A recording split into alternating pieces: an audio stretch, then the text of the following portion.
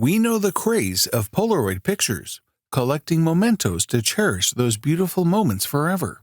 However, the man we're going to talk about in today's video had different ways to document memories. He collected mementos of the murders that he has committed over the years.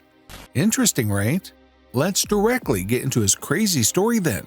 Jeffery Dahmer, the eldest child of the analytical chemist Lionel Dahmer, was born on May 21, 1960, in Milwaukee, Wisconsin. Dahmer's teachers, as a child, described him as timid and relatively quiet. It is also claimed that he had abandonment difficulties as a child because both of his parents were absent for a sizable portion of his upbringing.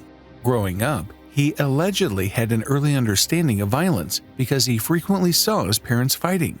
In addition to this, he was also dealing with insecurities like his sexual orientation. He realized that he was gay and kept it a secret from his parents. Because of his homophobic family, he struggled to accept his identity in public. Jeffery also struggled with alcoholism while growing up. He reportedly started drinking to deal with the dysfunctional family dynamics at home. Later on, during the years, he was even kicked out of the military due to his drinking problem.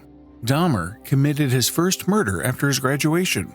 What began as a sexual fantasy progressively evolved into premeditated killings and later cannibalistic behavior. Dahmer had always been fascinated by the bones and other anatomical details. Stephen Tuomi, his second victim in 1987, was murdered after being picked up from a pub and brought to a hotel room. According to reports, Dahmer had no recollection of killing Tuomi when he woke up next to the body.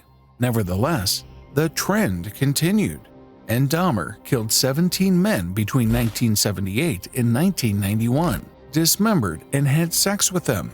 He was also known as the Milwaukee Cannibal. He collected disturbing mementos from the murders in Polaroid pictures, which were only discovered after his arrest in 1991. Dahmer admitted to killing 17 men in total. On July 22, 1991, he was eventually taken into custody after a struggle with Tracy Edwards, one of his victims. Tracy Edwards escaped and was discovered running down the street while wearing handcuffs around his wrist. This led law enforcement to Dahmer's residence, where he was detained following the discovery of images of severed limbs and dead bodies. Dahmer was killed in a jail fight, bringing to an unceremonious end the bizarre life and crimes of the serial killer. At the Columbia Correctional Institute in Portage, Wisconsin, where he served his sentence, Dahmer expressed regret and wished for his demise. But his actions had already established him in the public's mind as an absolute monster due to the sheer viciousness and grotesqueness. Unsurprisingly, he was also a target within the jail system.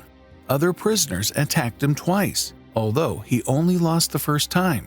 But on November 28, 1994, a fellow prisoner beat him in the shower, and he died from head injuries as he was taken to the hospital.